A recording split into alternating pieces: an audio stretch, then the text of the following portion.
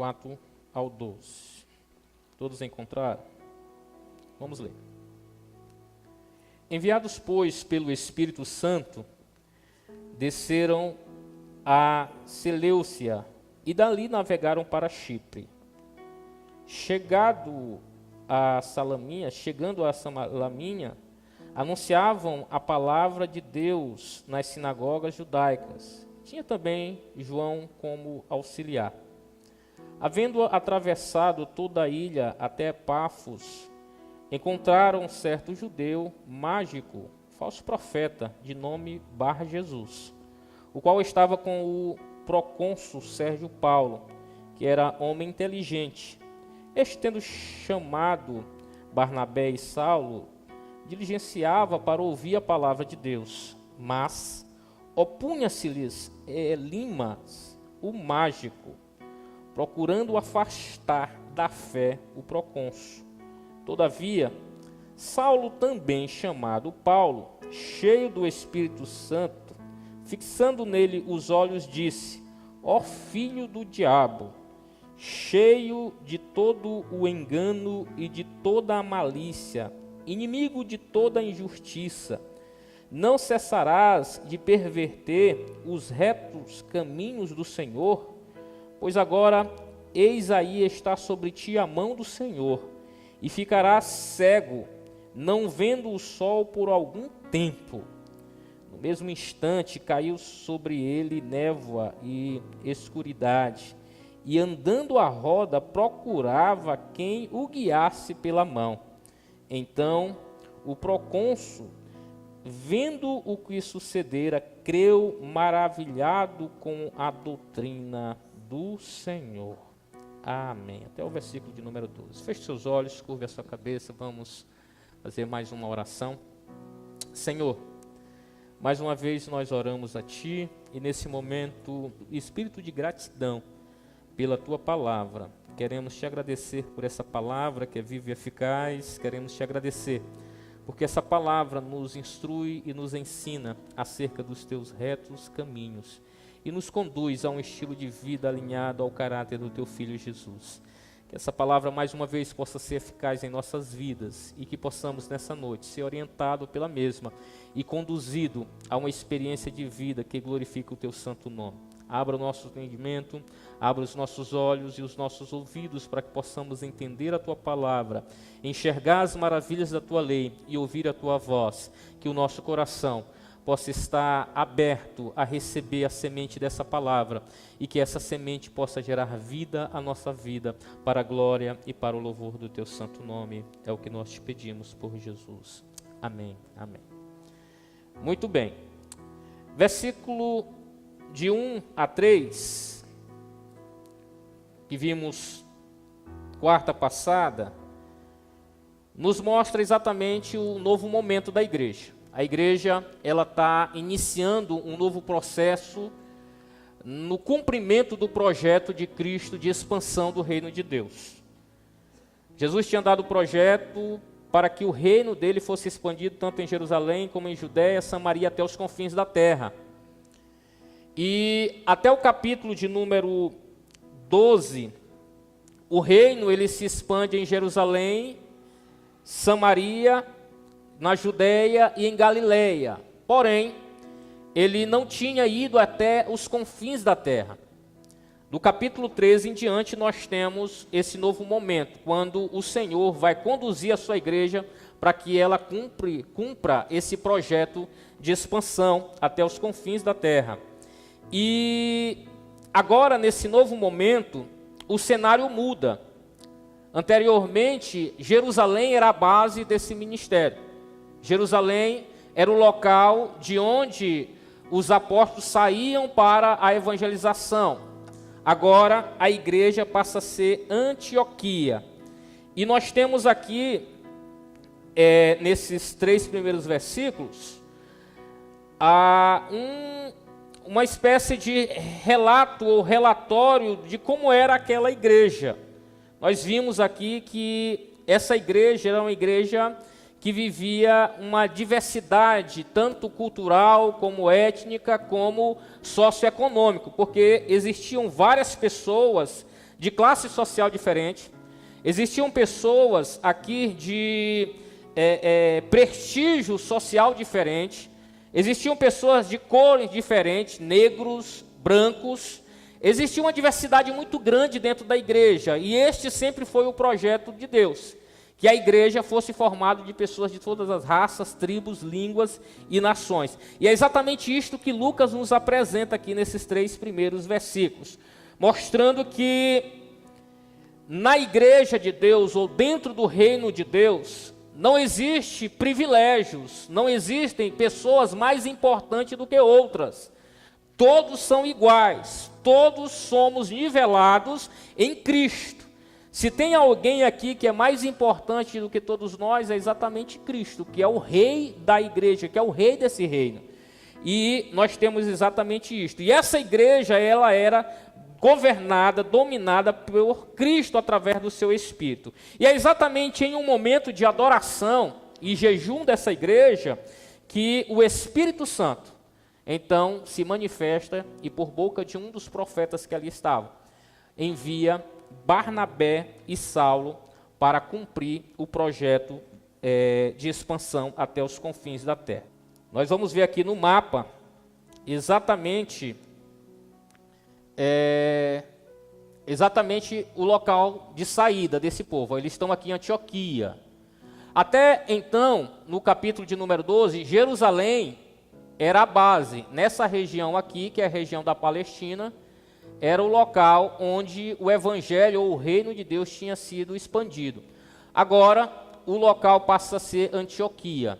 E daqui a igreja estava em oração, em jejum, quando o Espírito Santo envia Barnabé e Paulo para a obra missionária. Se vocês observarem aí no versículo de número 4,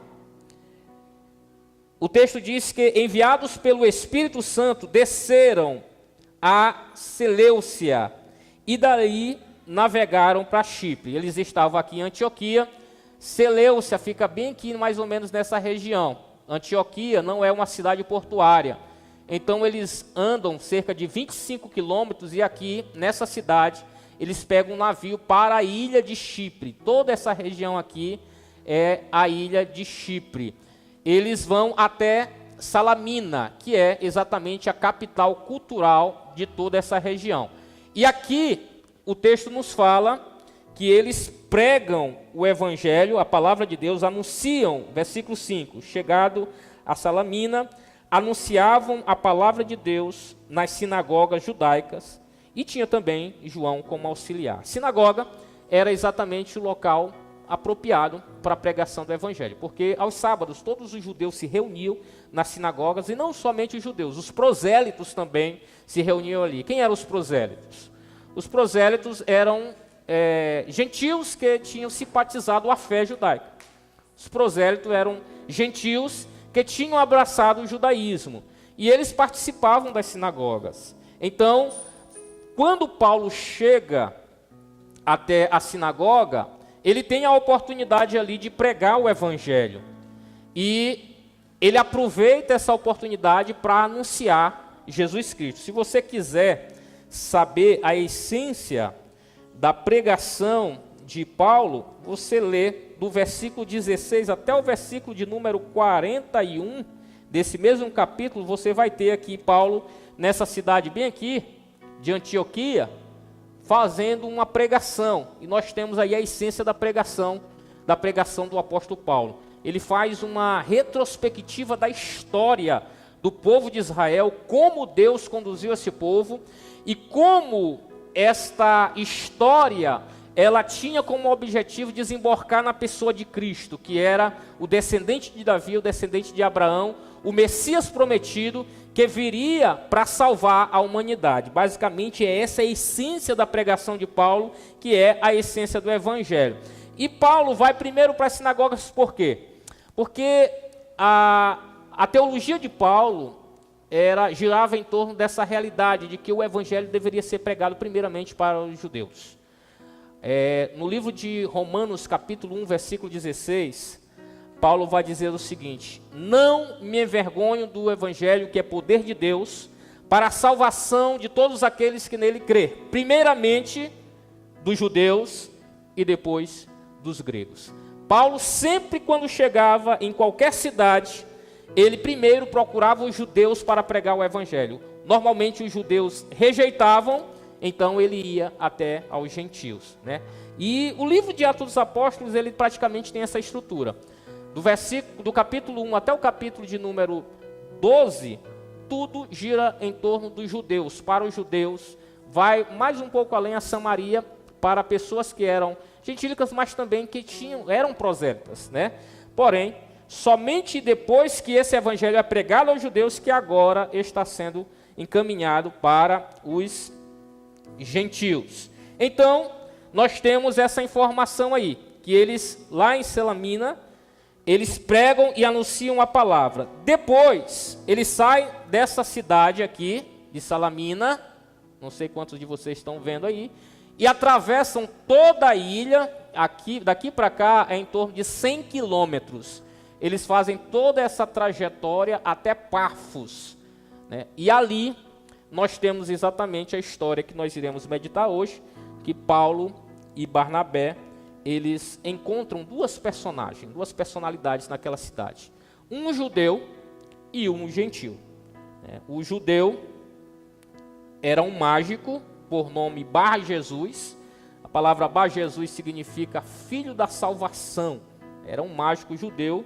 Normalmente os mágicos eram aqueles que mexiam com astrologia, com magia, né? Buscavam interpretar os oráculos e traziam profecias para os reis ou para as pessoas que eram os seus senhores ou importantes, né? Governadores e alguma autoridade. E esse procônsul, que é a outra personagem, ele tinha esse mágico, ou ele tinha Bar Jesus, né, que era o filho da salvação, como uma pessoa importante dentro da do seu governo, né, porque o procônsul era de fato um governador, né. Sérgio Paulo, ele era procônsul de todo Chipre, de toda essa ilha, era o governador de toda essa região. O Império Romano, eles dividiam as regiões por províncias, né? E tinham, cada província tinha uma forma de governo. Essa província aqui, ela tinha um governador, que era exatamente nessa região de Chipre, o governador Sérgio Paulo, que era o procônsul, que era uma das maiores, ele na verdade era a maior autoridade política nessa região.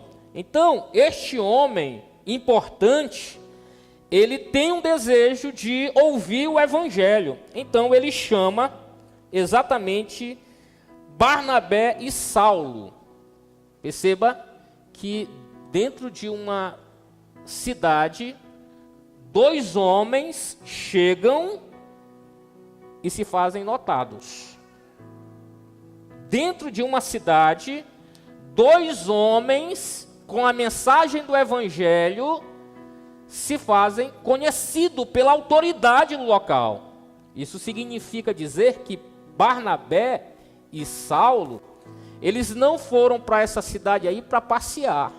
Eles foram para essa cidade para levar o reino de Deus. E o reino de Deus, aonde ele chega, ele causa impacto.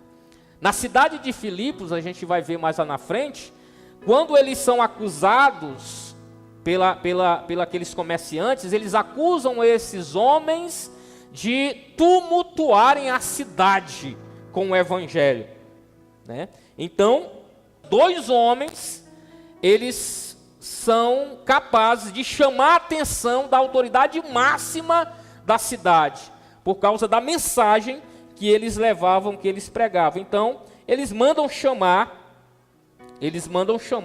Barnabé e Saulo, porque ele desejava ouvir.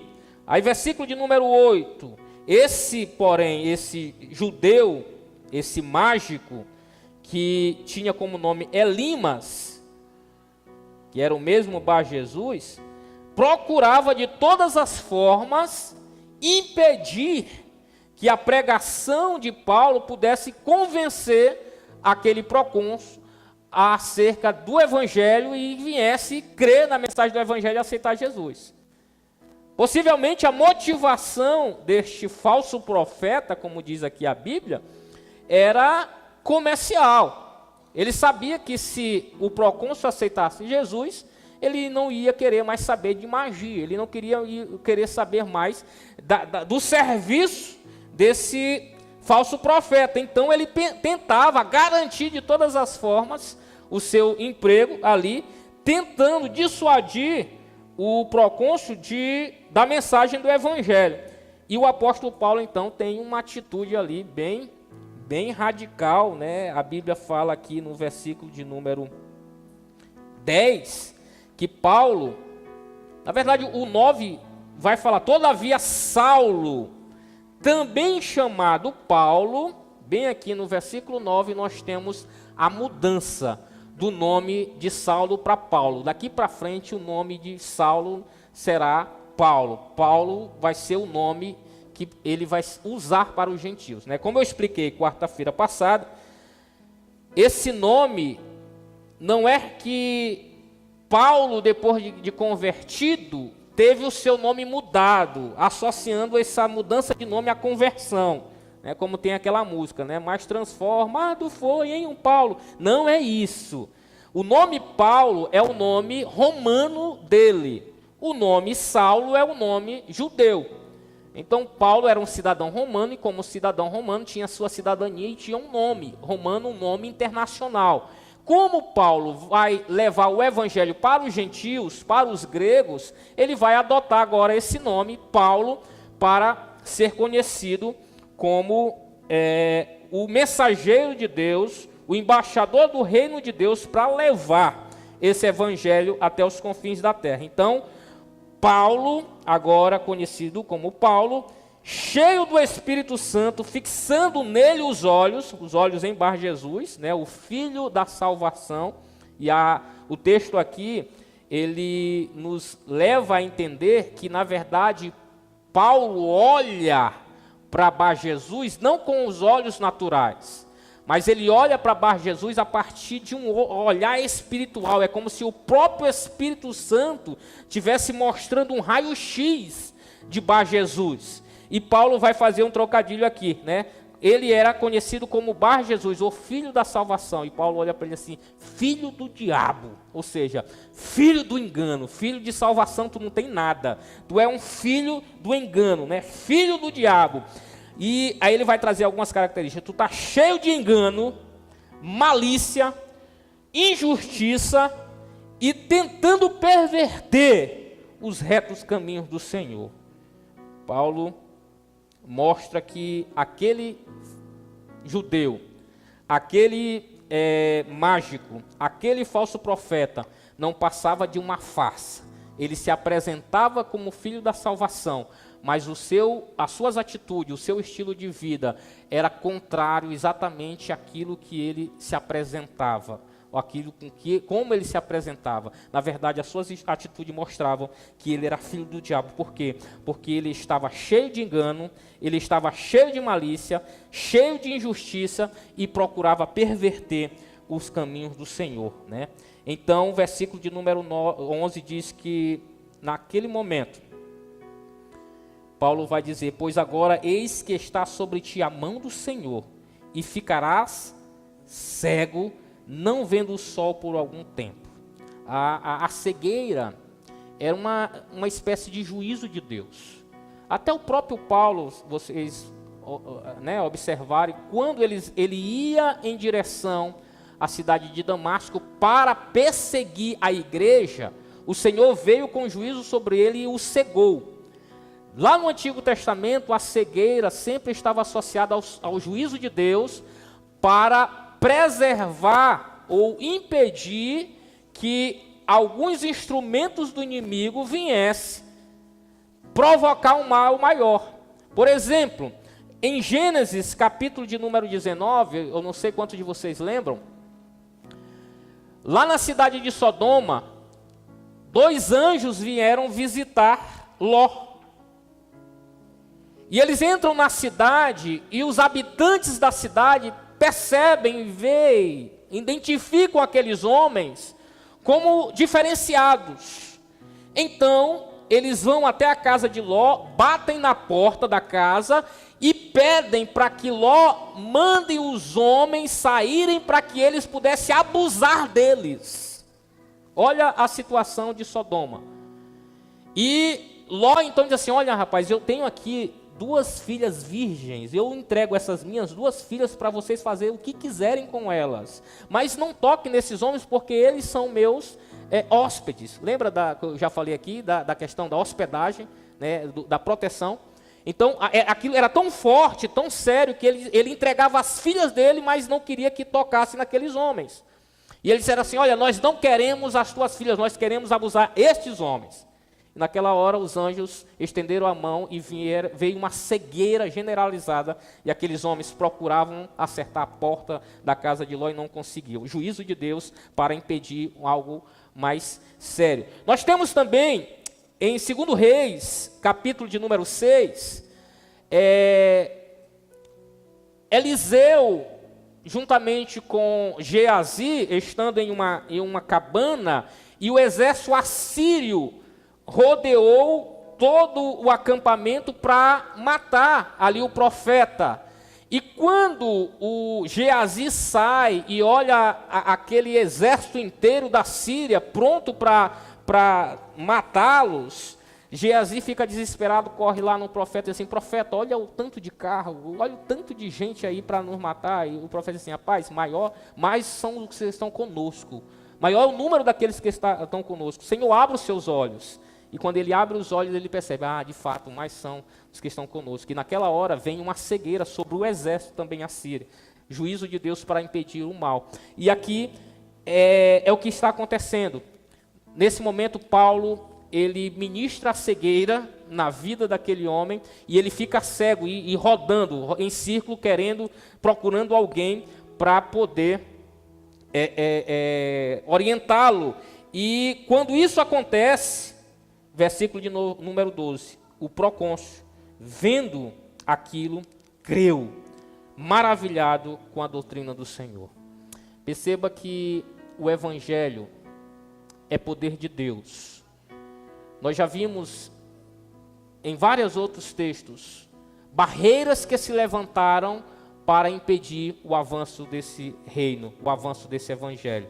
Mas nenhuma até agora foi suficientemente potente para parar esse Evangelho. E aqui nós estamos diante de mais uma. O próprio inimigo, usando um homem com engano, com malícia, com injustiça, com perversidade, tentando impedir que o procônsul ouvisse a mensagem, cresce nessa mensagem, tentando dissuadir de todas as formas, mas o Senhor intervém, entra com providência, e o propósito do Evangelho é cumprido. Mais uma alma para Cristo, mais uma vez o reino de Deus é expandido, e agora o reino de Deus chega também nessa ilha. Sai de Antioquia e chega na ilha de Chipre, com a salvação e a inclusão de mais um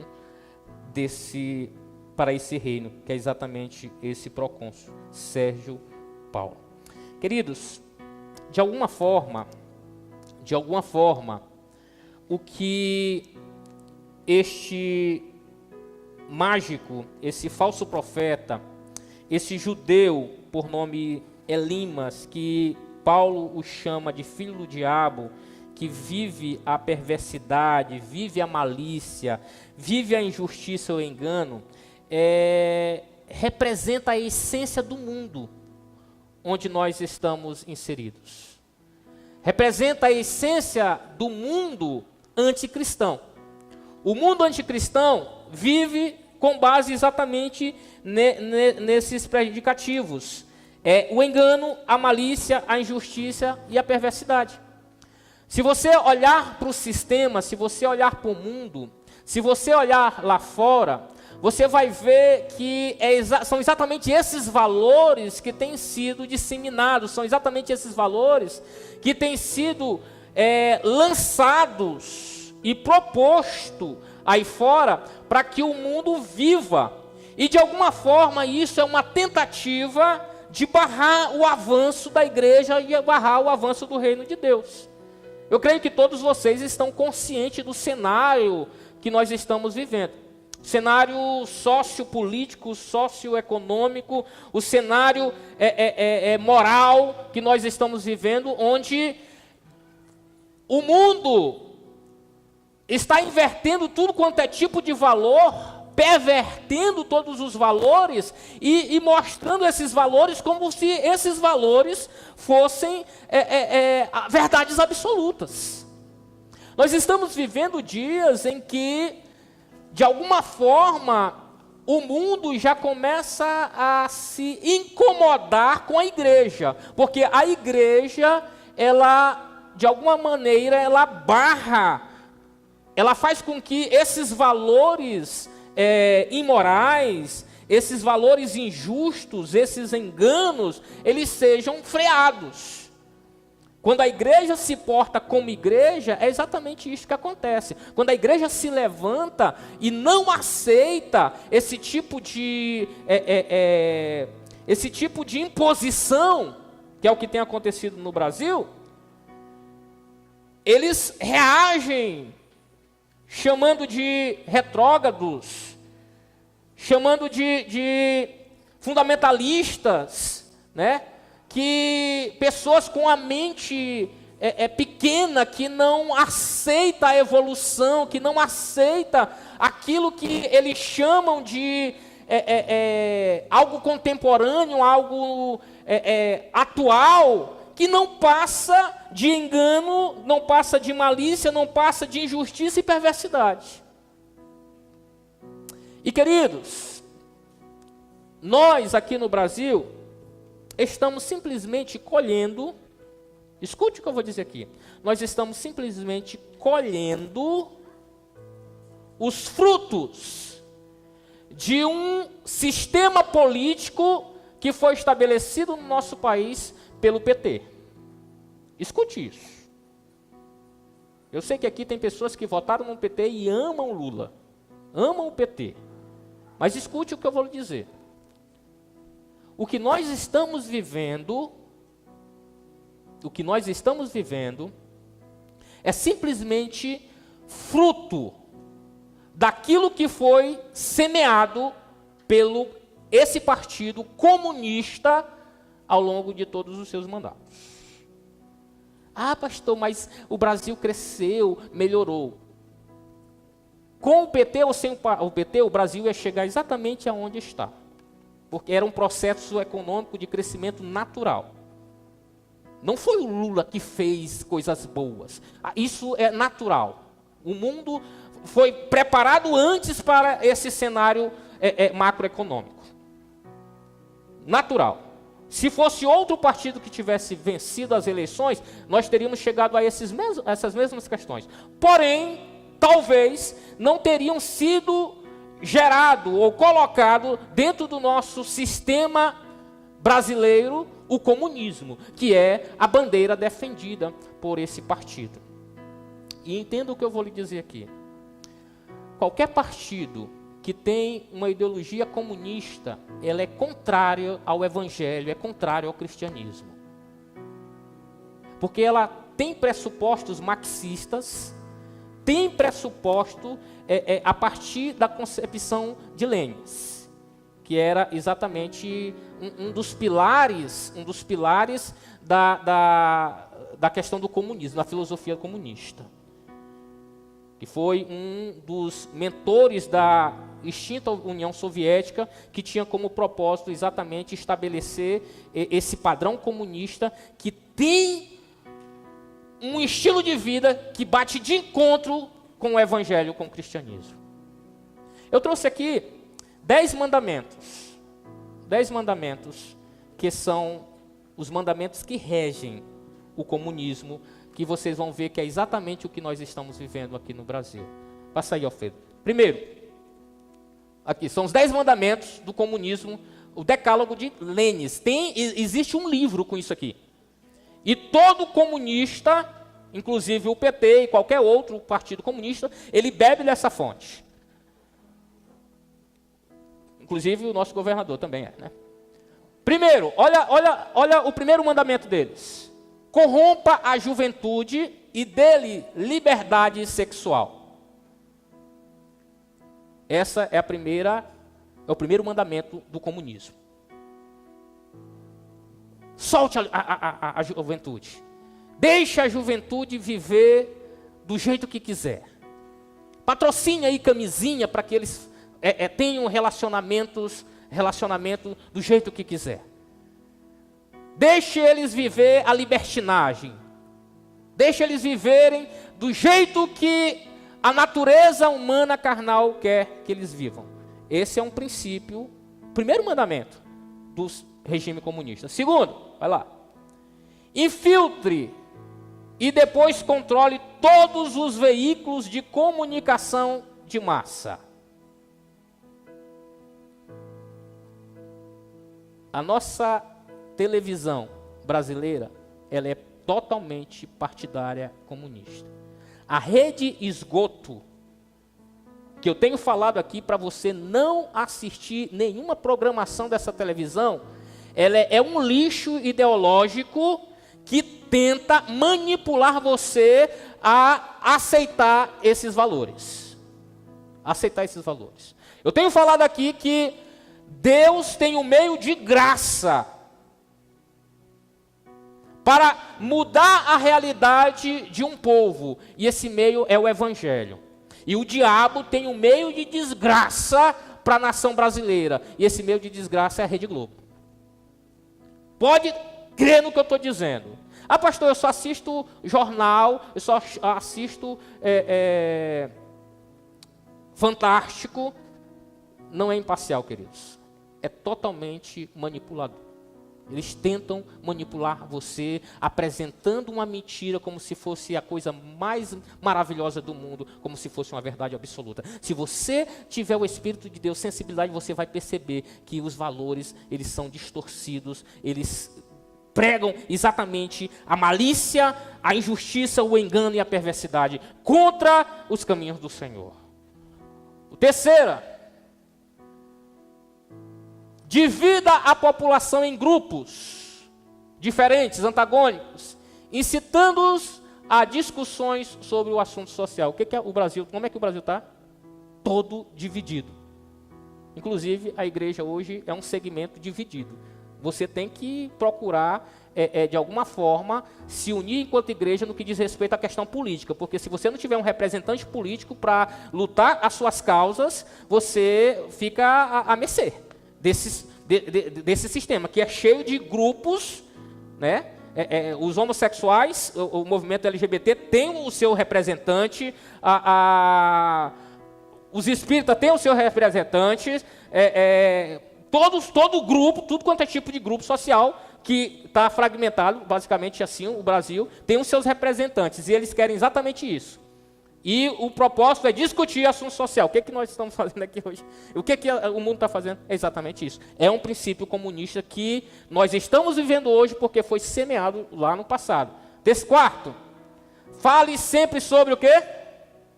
Democracia. Se você quiser ouvir esses esquerdopatas, da boca deles sempre vai sair. Democracia, nós estamos num país democrático, nós queremos democracia, direito de expressão, todo mundo tem o direito de se expressar. Na hora que você se expressa, ao contrário, eles atacam você.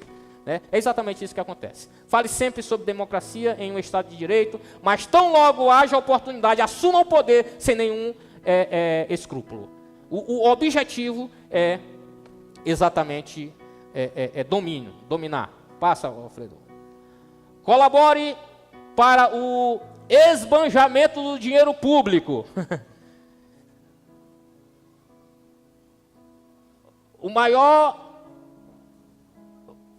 programa de corrupção da história do mundo foi exatamente o que esse partido fez. E ainda tem crente que defende. Vamos lá, sexto. Coloque em descrédito a imagem do país, especialmente no exterior. Qual é o propósito disso?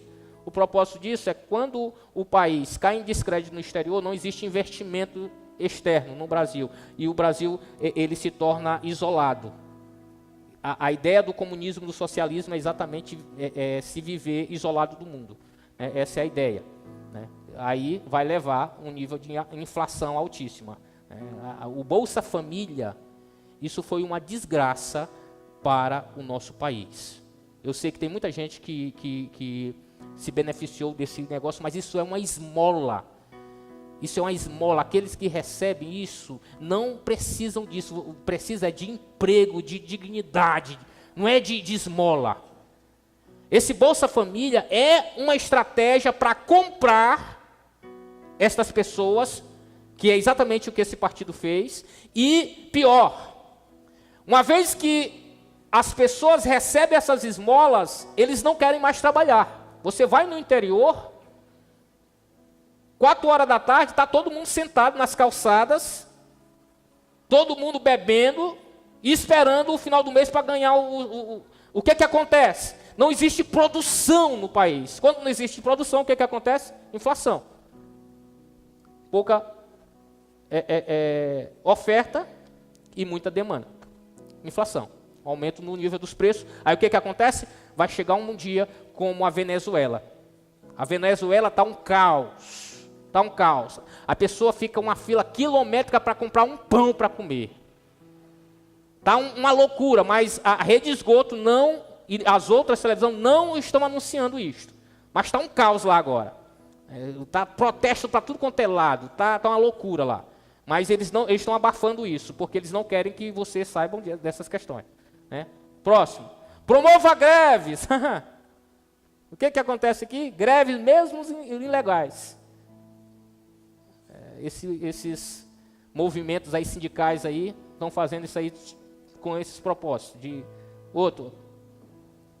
Promova distúrbio e contribua para que as autoridades constituídas não as coíbam. Né? Distúrbio. Vai lá. 9. Contribua para a derrocada dos valores morais. Olha aí. Contribua para que os valores morais caiam, né? Valores da honestidade e da crença nas promessas governamentais. É exatamente isso que eles têm feito. Nossos parlamentares infiltrados nos partidos democráticos devem acusar os não comunistas, obrigando-os sem pena de expô-los ao ridículo, a votar somente no que for de interesse da causa socialista. Vocês percebem isso? O que esses parlamentares que são comunistas fazem? Eles fazem exatamente isso aí. Né? Passa a última. Procure catalogar todos aqueles que possuem armas de fogo, para que eles sejam confiscados, elas sejam confiscadas no momento oportuno, tornando incapazes, impossível, qualquer resistência à causa. Né? Foi exatamente o presidente de vocês, Luiz Inácio Lula da Silva, que homologou a questão da proibição de armas. Com o discurso bonito de que com a proibição de armas o número de crimes iam diminuir. Só que, historicamente, todos os países que foram desarmados, que a população foi desarmada, o número de criminalidade aumentou. Historicamente, todos os países onde é liberado o porte de arma, o índice de criminalidade é lá embaixo, roubos e assaltos lá embaixo, e todos os países de origem cristã, elas têm o porte de arma liberado. Depois que o porte de arma foi proibido no Brasil, aumentou mais de 20% o índice de morte, o índice de homicídio por porte de arma. Então, tudo isso são pilares de um movimento comunista anticristão que procura o engano, a malícia, a injustiça e a perversidade. Mas entenda uma coisa, assim como Bar Jesus propôs tudo isto para impedir o avanço do Evangelho, e um homem cheio do Espírito Santo foi capaz de parar com esse avanço e fazer com que o reino de Deus se estabelecesse, se a igreja de Deus se levantar, propondo esse evangelho que é libertador, esse evangelho que é justo, esse evangelho que é poder de Deus, a igreja de Deus também pode fazer com que o reino de Deus avance e estas coisas elas sejam lançadas por terra. Martin Luther King, ele costumava dizer que o comunismo ainda está de pé, porque infelizmente a igreja não vive o cristianismo que ela deveria viver. Se ela viver o cristianismo autêntico, se ela viver o evangelho na essência, a igreja ela vai bater de frente com esse sistema ideológico contrário à vontade de Deus. E a promessa de Deus é que a porta do inferno não prevalecerá contra a igreja do Senhor. O Senhor fala em sua palavra: se o meu povo que se chama pelo meu nome se humilhar, orar, buscar a minha face, se converter dos seus maus caminhos, então eu ouvirei do céu, perdoarei os seus pecados e sararei a sua terra. Essa é uma promessa de Deus. Então, mesmo diante desse caos, mesmo diante desse cenário desfavorável, o cristianismo ainda é a resposta de Deus para a humanidade. O evangelho ainda é a saída. O evangelho ainda é o poder de Deus para a mudança desse cenário. Eu e você, enquanto cristão, precisamos entender a vontade de Deus, precisamos buscar a vontade de Deus, viver a vontade de Deus, e não nos escondermos, e não nos associarmos a esse tipo de coisa. Pelo contrário, eu preciso ser diferente e fazer a diferença, ser cristão na íntegra, ser cristão autêntico, bater de frente e anunciar que Jesus é a solução, que Jesus é a saída, que Jesus é a libertação, que Jesus é a mudança, que o reino de Deus é a única saída para essa humanidade totalmente cega, que está vivendo como este falso profeta, rodando, sem sair do lugar, achando que está indo para algum lugar. Na verdade, eles estão sem rumo, sem saber o que fazer, sem saber para onde ir. Eu e você somos a luz para esse mundo. Eu e você somos o sal desse mundo. Eu e você somos o guia para esse mundo podre. Eu e você precisamos nos colocar nesses últimos dias com esse evangelho maravilhoso que o nosso Senhor deixou para nós. Que o Senhor nos abençoe, que mesmo diante desse caos nós não venhamos a nos desesperar, mas que venhamos confiar e viver esse evangelho, que é exatamente a saída desse Deus para nossas vidas e para a vida de todos quantos precisam de libertação, precisam de uma cura dos olhos e venham enxergar. E isso só é possível mediante a pregação do Evangelho, mediante um estilo de vida segundo o Evangelho. Que o Senhor nos preserve, que o Senhor nos dê sabedoria, que o Senhor nos dê entendimento, que o Senhor possa nos dar consciência dos nossos deveres, do nosso dever como cidadão, do nosso dever como cristão, do nosso dever como súdito do rei, do nosso dever como embaixador desse reino, e que tudo que fizermos possamos fazer para a glória de Deus. O nosso voto, as nossas escolhas, que elas possam ser feitas para a glória de Deus, e que possamos colocar o reino de Deus acima de todas as coisas, que não venhamos tomar atitudes egoístas, egocêntricas, subjetivas, onde a busca pelo benefício pessoal esteja acima dos meus valores cristãos. O cristianismo tem que ser impactador em minha vida. O cristianismo tem que ser uma experiência vivida e real, para que possamos fazer a diferença e ser diferente. Amém? Vamos nos colocar em pé nesse momento.